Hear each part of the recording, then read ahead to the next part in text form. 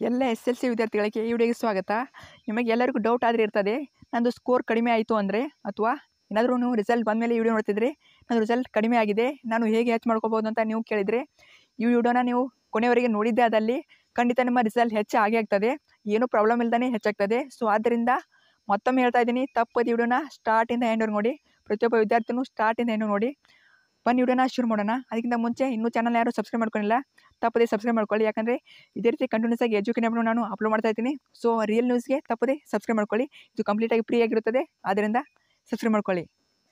2024ರಲ್ಲಿ exam ಬರೀತಿರೋ ಎಲ್ಲ SLC ವಿದ್ಯಾರ್ಥಿಗಳು ನೀವು ಲಕ್ಕಿ ಅಂತಲೇ ಹೇಳ್ಬೋದು. ಯಾಕೆ ಲಕ್ಕಿ ಅಂದರೆ, ಪ್ರತಿ ವರ್ಷ ಏನಾಗ್ತಿತ್ತು ಅಂದರೆ ನಾರ್ಮಲಾಗಿ ಎಕ್ಸಾಮ್ ಆದರೆ ಬರೀತಿದ್ರು, ಆಮೇಲೆ ಸಪ್ಲಿಮೆಂಟ್ ಎಕ್ಸಾಮ್ನಲ್ಲಿ ಯಾರು ಫೇಲ್ ಆಗಿರ್ತಾರೆ ಸೊ ಅವರಿಗೆ ಆದರೆ ಅವಕಾಶ ಸಿಗ್ತಿತ್ತು.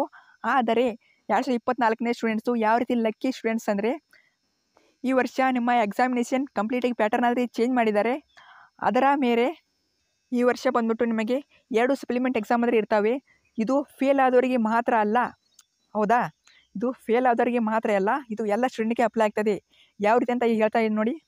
ನಿಮ್ದು ಏನಾದರೂ ಮೇನ್ ಎಕ್ಸಾಮಿನೇಷನಲ್ಲಿ ಆ್ಯನ್ಯುವಲ್ ಎಕ್ಸಾಮಿನೇಷನಲ್ಲಿ ಸ್ಕೋರ್ ಕಡಿಮೆ ಆಗಿದ್ದರೆ ನೀವು ಸಪ್ಲಿಮೆಂಟ್ ಎಕ್ಸಾಮ್ನಲ್ಲಿ ಬರೆದ್ಬಿಟ್ಟು ಸ್ಕೋರ್ನ ಜಾಸ್ತಿ ಮಾಡ್ಕೋಬೋದು.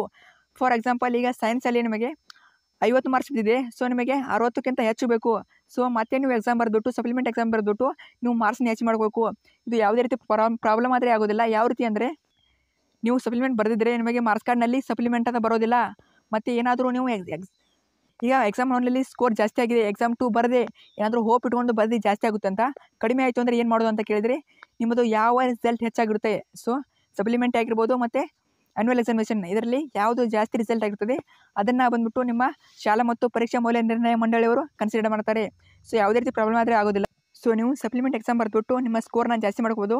ನಿಮ್ಮ ಮಾರ್ಕ್ಸ್ ಕಾರ್ಡ್ನಲ್ಲಿ ಯಾವುದೇ ಸಪ್ಲಿಮೆಂಟ್ ಎಕ್ಸಾಮ್ 2 ಯಾವುದೇ ರೀತಿ ಬರೋದಿಲ್ಲ. ಆ್ಯನ್ಯುವಲ್ ಎಕ್ಸಾಮಿನೇಷನ್ ಯಾವ ರೀತಿ ಮಾರ್ಕ್ಸ್ ಕಾರ್ಡ್ ಇರ್ತದೆ ಸೊ ಅದೇ ರೀತಿ ಸಪ್ಲಿಮೆಂಟಲ್ಲೂ ಬರ್ತದೆ. ಯಾವುದೇ ರೀತಿ ಪ್ರಾಬ್ಲಮ್ ಆದರೆ ಆಗೋದಿಲ್ಲ. ಏನಾದರೂ ನಿಮಗೆ ಸಪ್ಲಿಮೆಂಟಲ್ಲಿ ರಿಸಲ್ಟ್ ಏನಾದರೂ ಕಡಿಮೆ ಆದರೆ ನಿಮ್ಮದು ಮೇನ್ ಎಕ್ಸಾಮಿನೇಷನ್ ರಿಸಲ್ಟಲ್ಲಿ ಜಾಸ್ತಿ ಬಂದಿದ್ದರೆ ಅದನ್ನೇ ಕನ್ಸಿಡರ್ ಮಾಡ್ತಾರೆ. ಸೊ ಯಾವುದೇ ರೀತಿ ಪ್ರಾಬ್ಲಮ್ ಆದರೆ ಇರೋದಿಲ್ಲ. ತಪ್ಪದೇ ನಿಮ್ಮ ಸ್ನೇಹಿತರಿಗೆ ವಿಡಿಯೋ ಶೇರ್ ಮಾಡಿ, ಅವರು ಈ ಇನ್ಫಾರ್ಮೇಷನ್ ಗೊತ್ತಿರೋದಿಲ್ಲ.